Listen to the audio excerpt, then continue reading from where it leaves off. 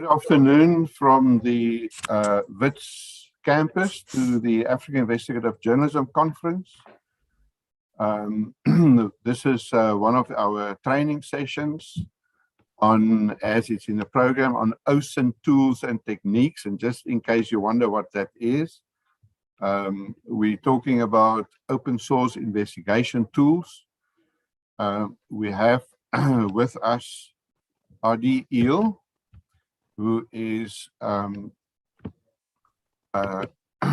always wonder what exactly to call Adi. He says he is now a data investigator, but he's been playing a key role in the open data movement in South Africa and beyond. He's been involved in training data journalists for many newsrooms in South Africa. In fact, he launched Africa's first data journalism academy and a fully fledged data journalism newsrooms, won many awards. Some of you may have seen him in some of the previous sessions as well. So Adi is always ahead of many others on the kind of tools that journalists can use, and we'll have the benefit today to share in some of those. Also, if you have questions while we continuing, you can put questions in the chat in Wova, or you can put up a hand, and we can try and deal with that as we go along. Adi, the floor is yours. Thanks, Isak. Let's share the screen.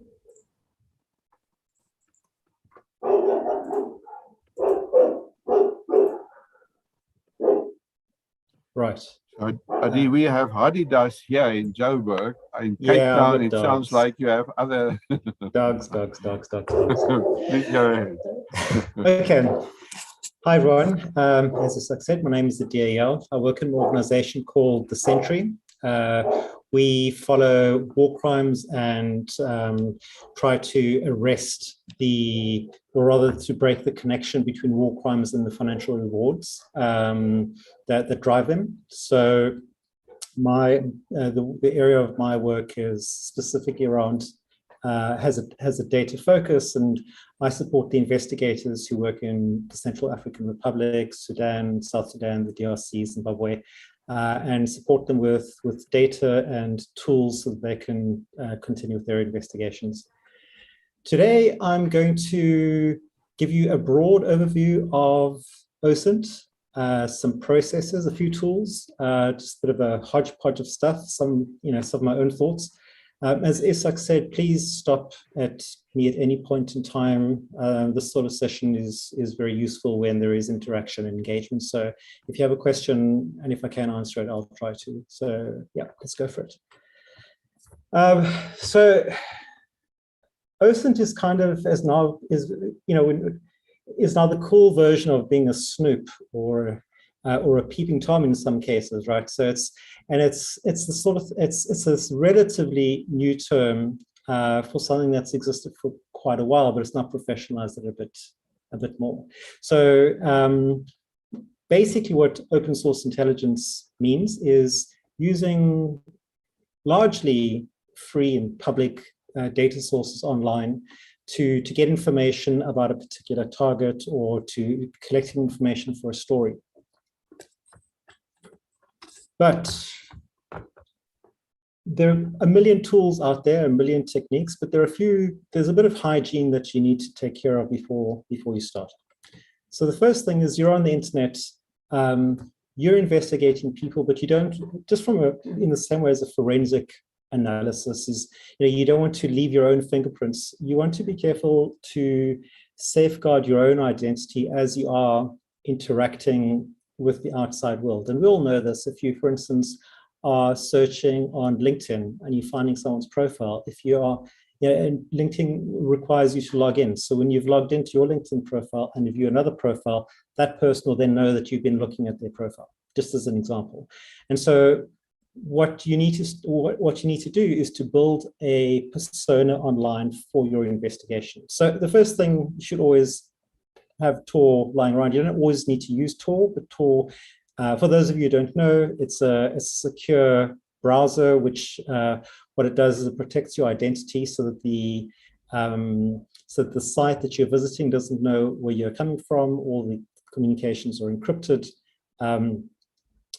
It's similar to a VPN. A VPN isn't nearly as secure as Tor, but VPNs also mask your traffic to people who might be sniffing on the network. But more important is creating an identity. And you'll need these identities for when you register for services, when you log in, if you are required to put in a phone number, etc. And as far as possible, you need to try to create your own separate identity for investigations in general, and you may want to create an identity for a specific investigation. So there are a number. Of course, you can do this off the top of your head. It's quite fun to to create your new person. But there are some tools that help give you some information. So to start off with, so fake name generator. You choose your country, you choose your gender, and it'll generate an address and names and phone numbers and all sorts of things which seem believable. If you want a profile picture, this person does not exist.com is an excellent site. You go there, just keep on refreshing until you find a face that you like. So if you actually want a profile picture, there is also, even cooler, is generator.photos. You see at the bottom there, where you can actually play around with your age and the pose and your expression and all sorts of things. The next thing is you should sign out of all of your accounts when you're creating new accounts. So sign out of your Google, sign out of your LinkedIn, sign out of your Twitter, sign out of your Facebook. In fact, it's incredibly easy for you to leak your own personal information when you're busy, working with these sorts of things. So ideally, you would be even create a new browser profile, which doesn't have any of that history, or even a new user account on your computer. So that it's also, you should be quite deliberately running an investigation right now, rather than checking your email or Skyping with someone or whatever the case is. So, even if it's just like a mental shift from you yourself to your investigation profile. Create a new email account. Of course, you can use Gmail, ProtonMail, Fastmail, they're all pretty good. Creating social media accounts, it's actually not as simple as it seems. You do need to be careful. In some cases, the social media companies have pretty advanced algorithms to try to sniff out whether this is a fake account or not. And there are a number of things that you need to do. Funny enough, you have to avoid using a VPN or Tor when you're doing this. Not that you can't, but if you do, then they'll start to require more information from you, or they'll require phone numbers, where in some cases they won't require phone numbers. So you may want to not use a VPN or Tor, but you can play around it and see, see how, what works for you. With LinkedIn, be very careful. They have been known to link your profiles. If I go to my profile, I realize I know for certain that I didn't give them some information, but they've inferred it from different places. So be very careful not to leak your own information into this fictitious persona that you're creating. All right, so if you need a telephone number, there are some free services online where, if you're, say, receiving an SMS, etc.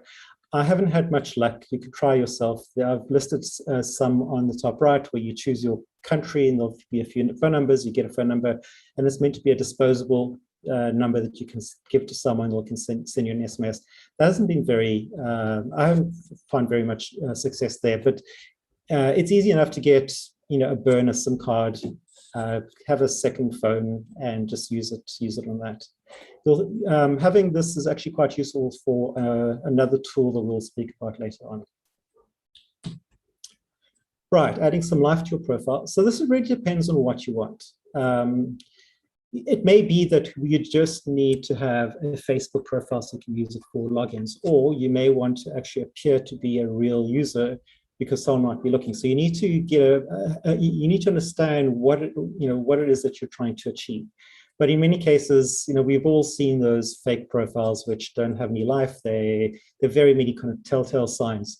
one way to just add a little bit of extra activity on that profile, you can use something like if this then that, which is an automation service where you can hook up a blog RSS feed to your account, and it will then post new content whenever a blog, there's the new blog article out. Your account will post it. Also, connect to a group or two, etc. But as I said, it really depends on what you want this account for. If it's simply just to be able to get access to, to log in to an account, or say for LinkedIn, so you can actually look at other people's accounts, maybe it's not that important. But you'll have to, you'll know what you need to do. Right, get a job. Yeah, so of course LinkedIn, it's a job website largely, or rather people who are on it do have a career profile, and so start to create those. Fake person generator lets you create a couple of different job posts, or job experiences, but you should probably just look at the targets that you're looking at. If they're in a particular industry, you might want to be in that industry, or maybe you just want to be something boring, like someone in finance or accounting, etc. So that's a fake person generator. Just refresh. It'll just create stuff for you. So do this early. Don't do it. If you want to create a believable profile, don't do it all right now. You need to do it over a period of time. A real profile doesn't post 50 articles in one shot. It might take a few weeks, etc. So again, it might be something that you want to start doing now. As you start your investigation, in anticipation of maybe needing it later. Okay, more important than anything else is developing a plan. And the reason why is that there's a lot out there, like a lot. And so it's so easy to get excited by a particular lead and go into a completely different direction. And a week later, you surface and you realize, what have I done? I found out a lot about something that I didn't really need to know. So you need to be quite deliberate about it, to rein yourself in and to know exactly what it is that you're trying to achieve. So you need to know what you want to look for and where you're going to look. So first you develop some questions. Now this is a starting point. It is going to iterate, it's going to change, but you have to start somewhere. So start with a few main questions, like how are person A and person B related to each other? Or in which jurisdictions does company C and its subsidiaries registered? Where are the subsidiaries, for instance? Who are the beneficial owners of company D? So just these pretty high level questions. And then you might have sub-level, smaller, more detailed question, like where do they live? What is their address? Give me the list of all the subsidiaries. Who are the directors of the company, and which other companies do they direct? So, you might have a question, but you could break it down to many smaller questions. So create a list of those questions, and then you can start to start the process. So you work in iterations. You identify a list of targets. In this case, we have person A, person B, company C, company D. We write down our goals and our questions. You want to write down sub-questions, search for the information, then review. Now, this review process, it could be a day, it could be a week, it depends, and it might change. But have a definite moment in your process where you take stock of what you've done, organize all the information, reflect, review, and then start the whole process again. Just a really useful tip is family is the weakest link always. So you might be following a target who doesn't appear in very many places, hard to find, secretive, but that person has a brother, and that brother is a party animal and posts pictures on Facebook and does whatever. So it's actually always useful to just keep a sense of who that person's family may or may not be. It's not always easy, but family is a really good is a really good target if you can't find information about your specific target. Okay, just what is information? What are we trying to get? And this is something I've made up. You can go into any level of detail here, but I've really broken up into 4 different components. First one, entities. So that's people or companies, or it could be a large asset like a plane or a ship or something like that. Attributes. So that's something that describes your entity. A person has a name and a date of birth. A company has a registration number, has a jurisdiction. Relationships. How do the two entities relate to one another? Relationships are often the hardest things to get. You might find a list of entities, you might get some attributes about them, but how they're related one with the other, who are business partners, who are friends, etc. That is the real challenge.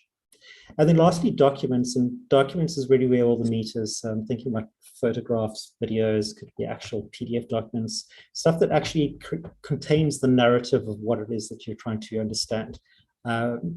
But the more structured information, entities, attributes, and relationships. Right, so let's just have a look at at a document, or also a real document from a report called The Taking of South Sudan that the Century published. And this is an email, and let's have a look to see just what this one document has for us. So firstly, you see that we have a sender, and we have a recipient and a company that the recipient works for, or some entity. Obviously, there's a title over here. There's a date. Dates are really useful, so you can say, when do I know this particular fact to be true? Not when was it true, but at what point did I know that it was true? So I knew that this person was the executive director at the office of the minister on the 14th of May. I don't know when he did become the executive director, but I know at least it was true at this point in time. Let's just go to the signature. Signatures are great. This is the job title. This is the workplace, company, the country, phone numbers, email address. What else do we have? We know that this is the person's boss. Then we have some information about some companies or some people or some entities who are going to be receiving these drums of diesel, so the Community Oil Protection Forces. And then there's a person with a rank, and then someone else over here. So we have a bunch of information that we've collected. Also, this is, you have this domain name, so you can try to find out which entity this is, which company it is, etc., and who else works there. So we can, create a little chart like this. So this was the country that was being referred to. This is the Ministry of Finance and Planning, of whom Stephen Dow is the minister. Just some other information that I got from other places. He used to be the governor of the Central Reserve Bank of Sudan. And in the office of the minister, there's this Keith Dawson person. That's his email address, phone number, etc. So it's really just collecting. This is just one document, and we managed to put together a very, very basic picture of what's going on. And these are the people who were the recipients of barrels of oil. And I'll speak later about actually storing information, but you can see that this is our data source, so our internal database, but this links to our other reports. And one of the things that you want to do when you're collecting information is try to be organized so that it's useful for you within this current investigation to find the information that you're looking for, but also other people in your organization who would then maybe 12 months later would be working on something. You want them to stumble upon your investigations. So you need to think about, for your organization, what the best way is to organize information in such a way that this tall Deng person who appears in my investigation, I realize, oh wow, there was the Fueling Atrocities project, Taking South Sudan, etc., that he appeared in, and now I have a lot more information to work with.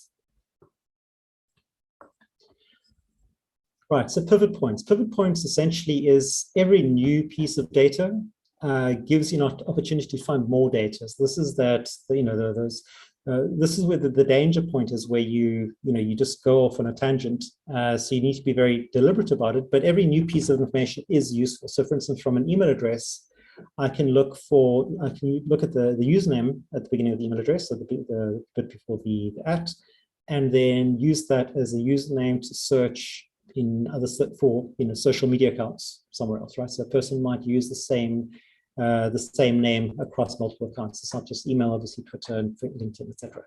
The domain. So we now know it's a corporate email address. We could look for other people who work at the same company. We can look to see that email address, what has that person done? Have they registered other domains? If now I find that a person's registered 2 domains, and there might be an implicit relationship between those 2 organizations. So yeah, so those are pivot points. So whenever you get a new piece of information, look at it and decide what more can I get out of it, and then put that in the backlog. So when you do a review, decide, then you can decide, okay, is this the new direction that I want to take? Really important, archive everything. Things just disappear, especially social media. Things change. We have a really good example of it where I was working with Raymond Joseph on corruption in the lottery. And after the lottery had realized that we had been looking at the annual reports and getting a lot of information that was incriminating, they took all the annual reports down off their website, and it was just broken for a very long time. Thankfully, and I'll show you if you haven't come across it before, the Wayback Machine came to the rescue, and everything on the internet stays on the internet, which is great. And so we managed to get it. But always, when you take screenshots, I've got the slide over here, take screenshots, print things out, etc., save them. So by the way, with regards to screenshots, of course, you can use the screenshot tool that you have that's on your operating system. Mac, and I don't know about PC, but Mac and Linux have some really nice ones. Nimbus Screenshot is actually really good. It's a plugin onto your browser. What's nice about it is, you can do the usual. You can take a screenshot of the visible screen, but it can also take a screenshot of the entire page, even that, the bits that are below the fold. You could do a select and drag. So it's often quite frustrating that you can't do a screenshot off screen, if you know what I mean, whereas Nimbus lets you do that. So it's a pretty nifty tool. The Wayback Machine, as I mentioned, they have so much data there. It's just incredible going through it. But you could pretty much go to most websites on the internet and look at snapshots in time, going back to, I think it's even to early 2000s. I think it's around the early 2000s. I've got a great example just now. I'll show you later about the Wayback Machine and how it was quite useful to finding something. The Wayback Machine is great. So you can hopefully, at least things that are on the web, you can find them. You can hopefully find them in the Wayback Machine. What you can also do is you can use the Wayback Machine to archive things. So you can actually upload content there, or you can give it a URL and say, archive this for me. So it may be that it's a website that doesn't usually get archived for whatever reason. So when you start, just punch it into the Wayback Machine, save, and it'll go into the public archive. I think I had something else. No. Okay, Google Trigger. It's the most basic tool, but actually really important. And the better you know how to use Google, the more successful you'll be. Of course, you mustn't forget the other search engines. They have different strengths and weaknesses. If you're looking at Bing or Yandex or Baidu, or they all do slightly different things. But even so, Google still is in number 1, 2, and 3 that you should be paying attention to. Okay, so some basic revision. So you can search, you can use ORs in your query. So burgers or pizza or salad will return results which have at least one of those 3. Burgers and pizza and salad, right? So your results have to include all of those. Exclude a keyword, minus, it's obvious. An exact match. This used to be plus, but now it has to be in quotations. So essentially, often you tell Google, I want X, Y, Z, and it returns A, B, C. And you have to, in quotations, put X, Y, Z to insist that you want it. So that's your exact match. Site search, this becomes really useful if you want to find things in a particular site colon. There's no space between the site, the colon and the website name, and then whatever it is that you want to search for. Wildcards are super useful. So, I want things which are in quotations, but I don't know a person's second name, or might be an initial, whatever. So John Star Kelly would be any string which is John something Kelly, or any number of words actually. grouping. So if you don't know the spelling of something, for instance, so you could say, well, it could be John or John and Wiley or Wiley. Right, keywords in the URL. This is actually super useful. Sorry, there's a space there. There shouldn't be a space between the colon and the admin. Keywords in the body. Keywords in the title. Now, this is my favorite. I call it the data dumpster diver, which is essentially, I know I want data, and I know more or less where I want the data from, but I don't know what it is exactly. So for instance, looking for data on South African government websites in URL :gov.za, and then file type XLS or XLSX or CSV or PDF or whatever. That's incredibly useful. I think I have something, okay. I think it's something later that I want to show. Right, you can search in Google's cache, so maybe the website's changed, but the Google still has an older version, search in that cache, which is quite useful. There's something called Google dorking. I don't know where the word dorking came from, but it's, I mean, the stuff is crazy. It's usually used for, people trying to find vulnerabilities and hacking into websites and that sort of thing, but there's really smart stuff out there. So for instance, if you type that search string into Google, in title, live view, access, in URL, in JPG, video. What it gives you is a list of webcams, and just about 2 hours ago, I took these screenshots from, I don't know where they are, but they're webcams. You can just get URLs to webcams around the world. It doesn't give you that many results. I think that there's probably some better search strings, but if you can just imagine that you want to know what's going on in a particular city in a particular day, maybe you can do like a whole CSI thing, look for a webcam of something that happened. Probably not, but the point is that you can use Google to find this really interesting stuff. Here's something which is a bit more insidious, but still really useful. File type XLS in URL email.xls. You have no idea. Please try it. Yeah, how many results you get when you do this search. It's dumpster diving, right? You don't know necessarily what you're going to get, but now put in as maybe a website in the search box as well, and you start to narrow that down, put a person's name. So, right, so Google dorking, there's a site here, exploitdb.com. So it's usually used for hacking, and I'm not recommending you do this. I'm not suggesting that you hack. That's not at all. And I say here, for inspiration only, hacking is not OSINT, right? But it is really interesting looking to see how people put these Google search strings together and what to get out of them. And every once in a while, you find something really useful. But the second you start using it for breaking into systems, you've now kind of taken a left turn somewhere.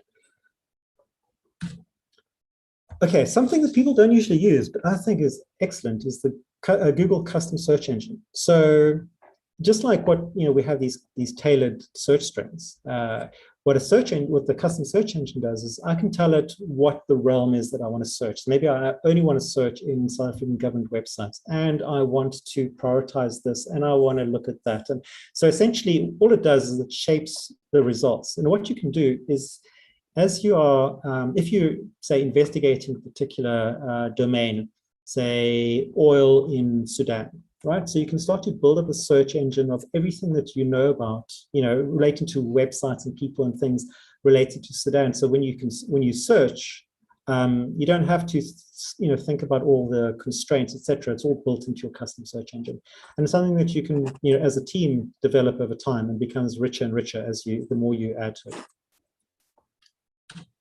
And Google Alerts, we all have our alerts to make sure that no one's using our name in vain on the internet. It is super useful just to keep tabs on something.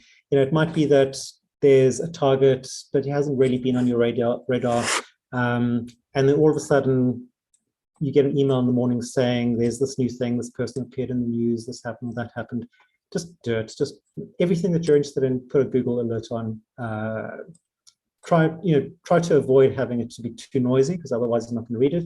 But it is very surprising how often very useful stuff comes when you use a Google Alert. Okay, phone numbers and user accounts. Right, so I mentioned before about having a burner phone. Truecaller is a very good reason to have a burner phone.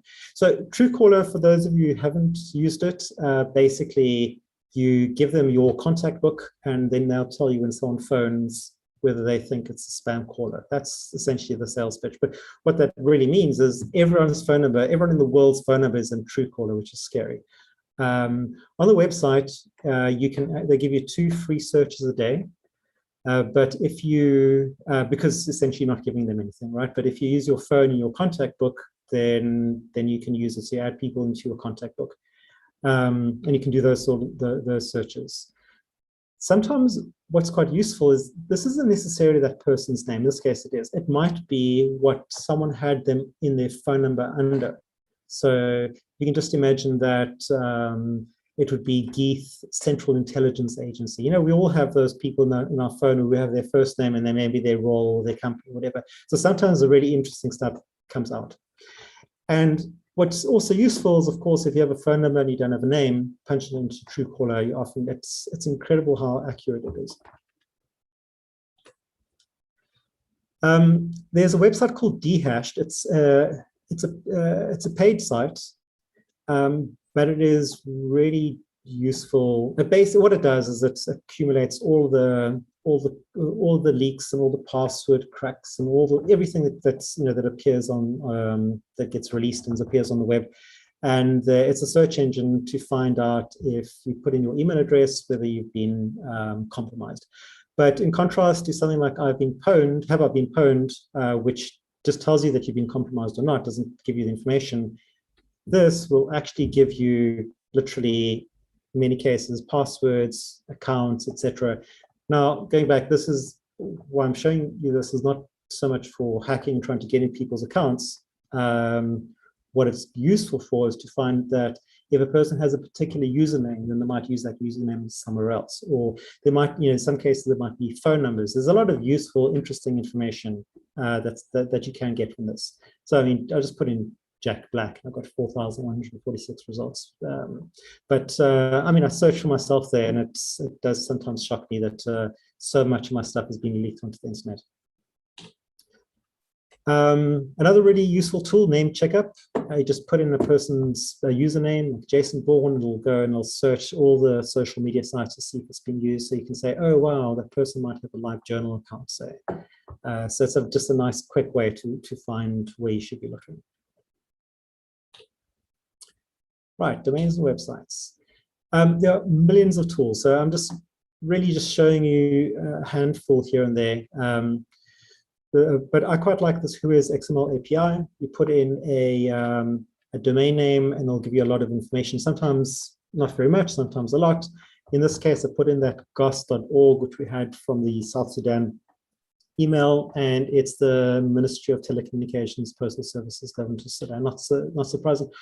I'm not quite sure what's going on here with Slovenia. It must be a mistake, but sometimes you get the person who actually registered the website. So in many cases, it's redacted, not really redacted, but the person has not provided it. But I've been very successful with finding information about people, and that's helped me link them to other sites and find out who they were related to, etc., etc. So looking at a domain can be quite useful. Actually, just another thing which is sometimes useful is two completely separate companies, seemingly separate companies, the separate domain names happen to be on the same server. And looking at the IP address of the server that's hosting their website can suggest, it doesn't necessarily, in some cases you have hundreds, thousands of websites hosted on the same server, but it may suggest that there's a relationship that, if someone's running two different companies, they might end up using the same hosting provider or the same tech company that's doing it on their behalf, etc. So this slide is completely out of order, but going back to the Wayback Machine. So this was actually quite cool. I searched for SAPs. Now, there's something that's very useful, the Wayback Machine. If you look at the bottom of my URL, so it's web.archive.org/web/star/www.saps.gov.za. That's fine, that's usual. Then you put a /star. What that does, it gives you all the URLs that have ever appeared on that domain. And it'll tell you it appeared from August 19, 2014. Okay, so that was just once, I don't know why, but this appeared from 2015 to 2016, etc. And 66,000 URLs. And I remembered that I once came across, through dumpster diving, I came across a very weird find on the SAP's website. I couldn't find it anymore. So I went into the Wayback Machine. You can see I filtered by XLS. And have a look at this. I found lists and lists, thousands of rows of guns that had been handed in for destruction, which are just currently lying, on the SAP's website. I don't know.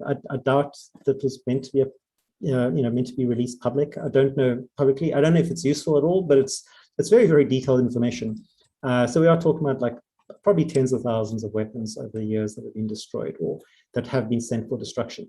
And that was just looking at the Wayback Machine, using this /* technique, and then filtering over here. I looked at Excel. But then when I found that, then I found another folder full of PDF files, a lot of other interesting information as well.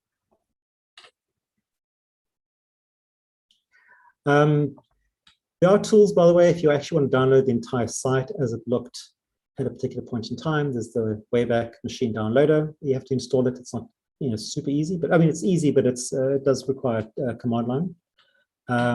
There's this other tool which I haven't used, but I hear it's pretty good, which does something similar, called Archivorix. There's another tool. So, by the way, I say Wayback Machine and archive.org interchangeably. Archive.org is like the parent site, and then Wayback Machine is one of their tools.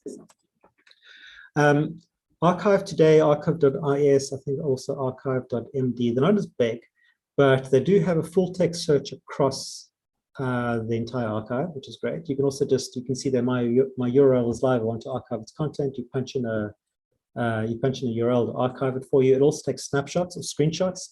So with the Wayback Machine, it doesn't process JavaScript and a bunch of stuff. So that might not necessarily look the same way that the site actually does. Whereas archive.today does. It's a good place to look, and the fact that it has full text search is really useful. Okay, images. This is my images are the coolest part of OSINT. Unfortunately, I don't get to do nearly as much. You get people do like, what is it, chronolocation and just figuring out based on the leaves of this tree, the northern hemisphere, etc. None of that, unfortunately. But there is a tool I have to share with you. Unfortunately, it's a paid-for tool, but it is so useful. Reverse image search, we know. We know this from fake news, for checking fake news. But there's reverse image search with facial recognition is just really next level. So for instance, I've come across this photo over here. I use my screenshot tool, take this guy's photo. I punch it into PimEyes, and then I get a list of photos of the same person. And you can see, it's not, this person's looking down, he's looking straight, it's different, it's very, very different. And the tool is incredibly good.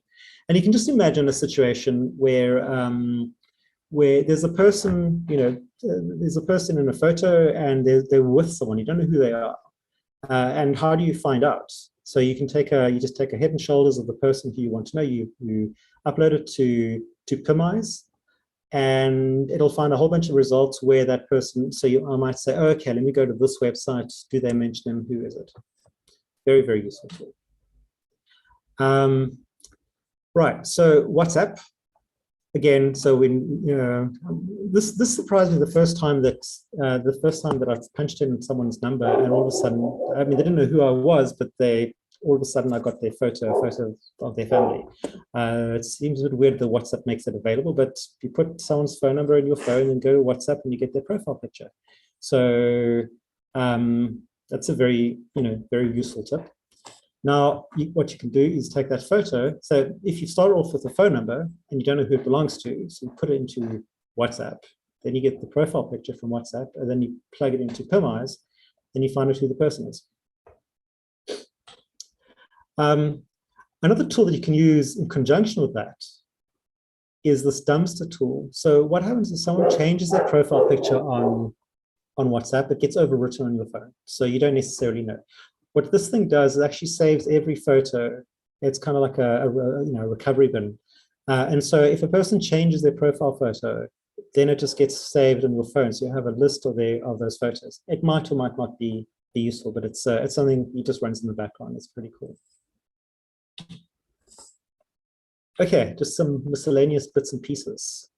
I was talking earlier about family being the weakest link. So I'm busy tracking someone, and I went to his company, and there was one of his posts, not this one, this is just a random post. One of his posts, a whole bunch of likes, and I looked at the likes, and I saw a person with the same surname as someone else who's I thought might possibly be related, but not at all.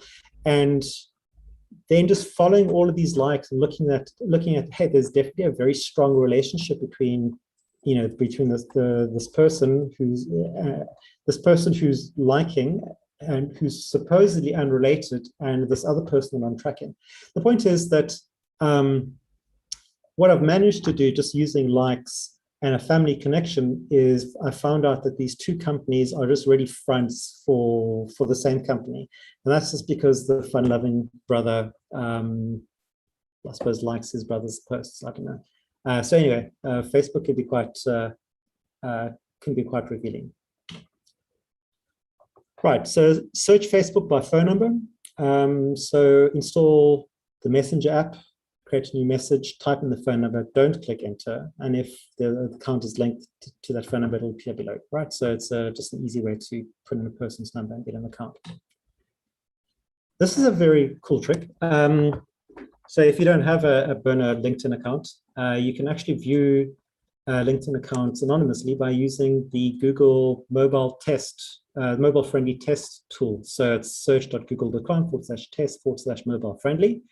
You put in the URL. So right, I searched for George Weber. I get his result in Google, which is the LinkedIn result. But I know if I clicked on that LinkedIn result, I'll be required to log in, and then George Weber will know that I'm looking at his profile. Instead, what I can do is I can copy that URL and punch it into the mobile-friendly test site. And what it does is it renders it for me over here. And if I want to get more information, I click on HTML, I get the actual HTML, and I'll put it into a tool. I can start getting information. So effectively, I've gotten Google to do the search on my behalf. Okay, just a random collection of data sources. You may or may not be aware of them. Number 1, 2, and 3 is the OCCRP Aleph tool. Really good. There's just a ton of stuff there. It's both structured data and unstructured data. They've just loaded up a heck of a lot in there. I always get hits when I search through Aleph. Open sanctions. So this is Friedrich Lindenberg, who built Aleph. Also is now I don't know if he started this or if he just works with them. But open sanctions, it's excellent. He's just been aggregating a whole bunch of data from all sorts of places. It's really, really rich. There isn't an interface though, so you're actually downloading raw data at the moment. There's no kind of search tool. Another group called Castellum.ai, what they do is they consolidate all the sanctions lists, very similar to open sanctions. I haven't compared to see what's in and what's out, but it's really useful because the individual sanctions lists from the various countries and entities, etc., they're in different formats, they're dirty, it's hard to process, and they go and they consolidate it, clean it to make it available. Distributed denial of secrets. They're kind of like a WikiLeaks group, although I'm sure they would hate to be compared with WikiLeaks. They release a lot of information. Your mileage may vary, and whether it's legal or not is a different question entirely, but it's worth having a look to see if there's something useful there. Document Cloud has been around for a very long time. Always worth just, I mean, there are millions of documents in there, worth a search. This is quite fun.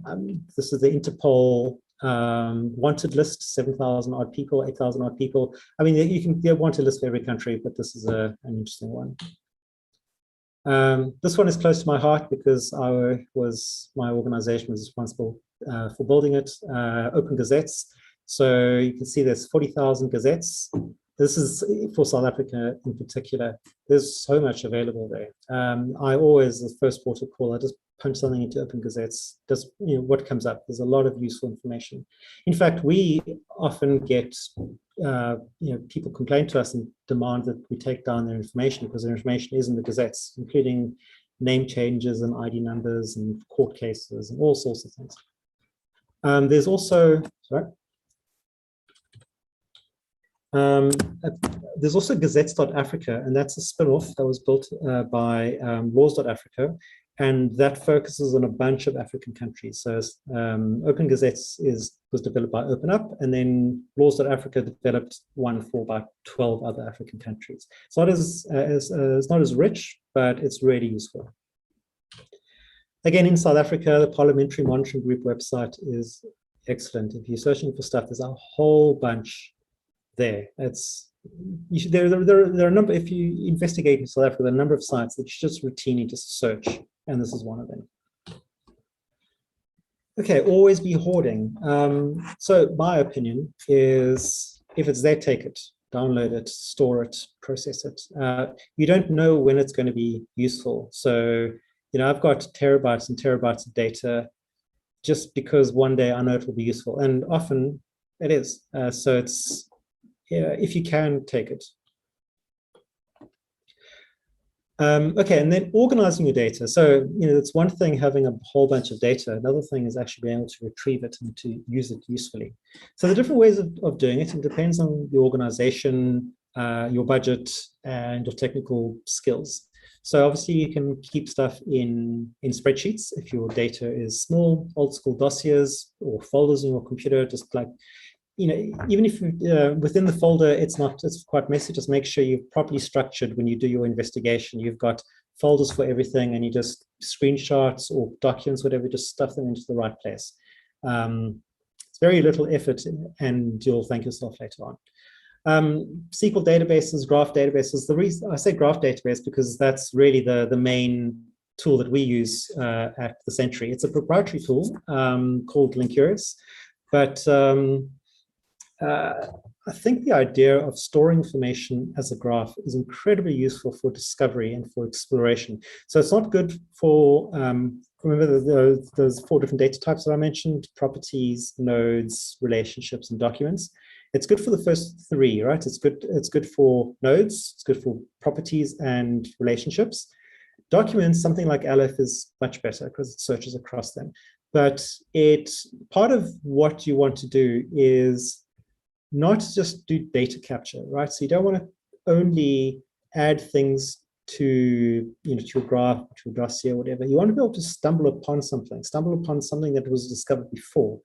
And if you organize your information in the right way, for me, a graph database is a perfect way to do it, but not only. If you have a shared folder, for instance, or Dropbox folder for, across an investigation, if you organize things in the right way, people will discover things that they wouldn't otherwise have discovered.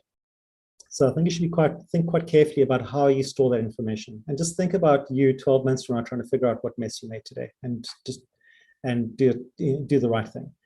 The other thing, of course, is just to make the thing searchable. There's so many tools. Mac has the built-in Spotlight is really good. Loading things up into Google Drive if it's not sensitive. Just some way of indexing your stuff. So even if it's not properly organized, but at least you can search across Excel files and PDF files and HTML, whatever. So just make sure that you've made it searchable. Okay, I'm nearing the end. So ethics, I've mentioned a few times. This is really a field, the reason why we do this is because we believe we're the good guys. If someone else was snooping around our business, we'd get very upset.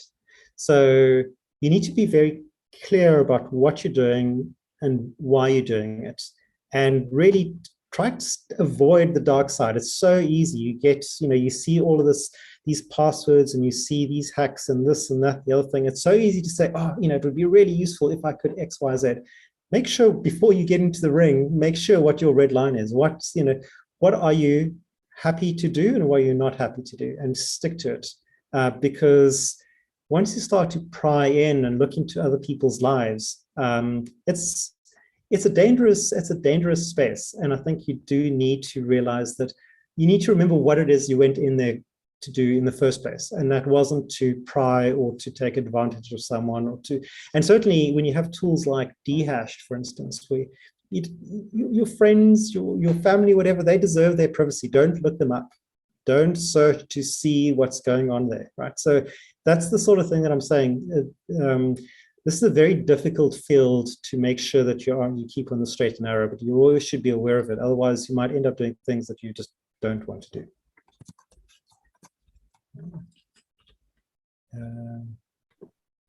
Yeah, that's actually my last slide. So cool. Yes, so please, if you have any questions. It doesn't look like there are any particular questions, but let's talk a little bit about this last point, right? Okay. On ethics. So sometimes you can do something that's legal, but the question is whether it's ethical. On some of the stuff that you've shown us, and I mean, it is just mind-boggling, the kind of information that's available on the web. So you can argue, okay, well, it's public. It's public, even though the people who originally put it there don't really know it's still there or so, or try to hide it, or think that it's not accessible to everybody. Because it's there and you can find it, therefore you can use it. And then there's the other question, but is it legal? And the other question, but is it ethical? And another question is, does it comply with my newsroom practices and standards? So there are actually many different levels on what one needs to take into account when you deal with this stuff, right? Yeah. Yeah, I mean, I think you're very right about this whole, there's also a difference between legal and ethical, and it's not necessarily clear. I think things that are probably not legal, but I'm very happy ethically that they should be fine. On the other hand, there are lots of things that you can do which and that are available, which are questionable, I think, but definitely not ethical. So I think your newsroom or your organization needs to have a code of conduct.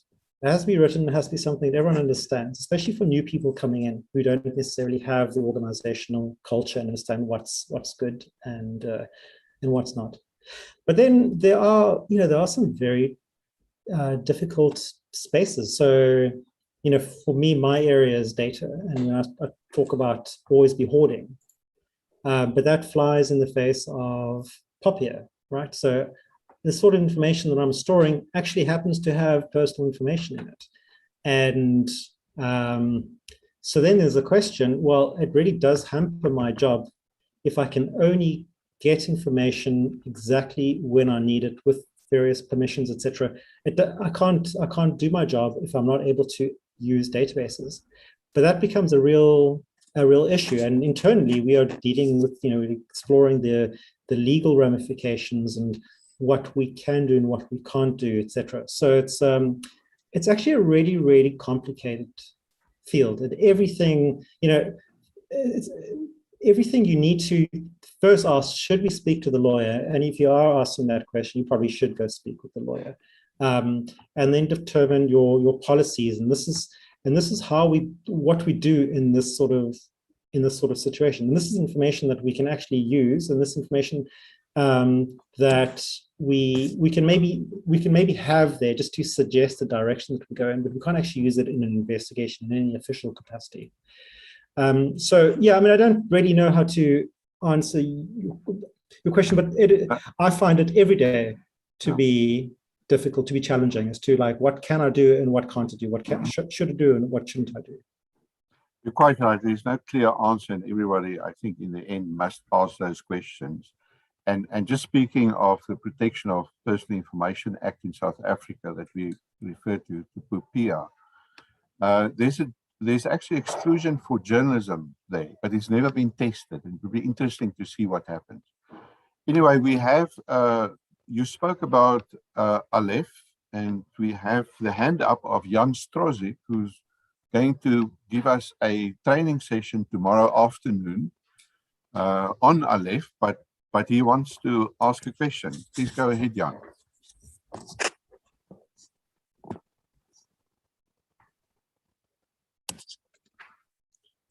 So Jan, either the producer will unmute you or you can unmute you, but you should be able to talk.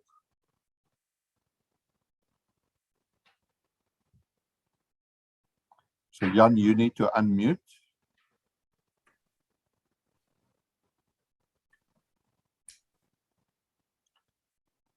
Right, I'm not getting joy from, I think there may be a problem. I'm saying,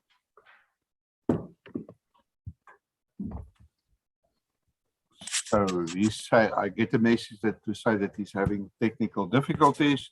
If he can write his question quickly, we can still deal with it. Otherwise, we will need to start wrapping up. Adi, we will be able to share this presentation on the AIJC website, right? Yeah, yeah. Thank you. And speaking of that, please have a look at the YouTube channel called African Investigative Journalism Conference. We already have many of the sessions over the past week are already up there. We're also streaming these training sessions live on YouTube. You can, for instance, go and have another look at the master classes. We had excellent sessions on by Bellingcat, by Amabungane, by Internews on COVID reporting. And then coming up the next session, the last session of the day in just over half an hour, is about social media for investigations. And tomorrow we're starting at 9 with a partner event, the Scoop Norway's Pandemic Masterclass. And at 10 o'clock, we have a workshop on collaborative investigative journalism, bringing some fascinating people and stories together and how they actually collaborate to make those stories happening. Also tomorrow afternoon, a session on the power of collaboration between hacks and hackers, which will be again Adi plus Raymond Joseph, who's been who we had earlier this afternoon. And this is really how hacks and hackers work together to break the big South African lottery stories. So we'll hear much more about that. We also have a session on environmental crimes led by the Oxpecker team, which is an award-winning environmental investigative agency. And then, of course, our last session tomorrow is the OCCRP Aleph for African investigative journalists, particularly looking at how African journalists can use it, by Jan, who is also on this call. Any last words, Adi, before we go? Oh, I see the question came through about data retention. Okay, go for it. So we are thinking through our policies and trying to decide. It's, I mentioned in a talk yesterday, Panama Papers is still, is still being used, and that was from 2016. It's hard to justify that a story is dead, or rather that data set is dead, because there's so much, and the cable leaks are still useful. But of course, there are questions about GDPR, for instance, and how do you deal with that sort of thing, and how do you manage it? So we don't have any answers. I think we're all struggling with the same thing. Thank you. So thanks, Adi, and we'll see you tomorrow together with all the other trainers and training sessions. Thanks for everybody who watched this. You're welcome to share it on the YouTube version with Newsroom, anybody else. And in the next day or two, we should have the presentation up on the AIJC website as well. Thank you and goodbye. Thank you.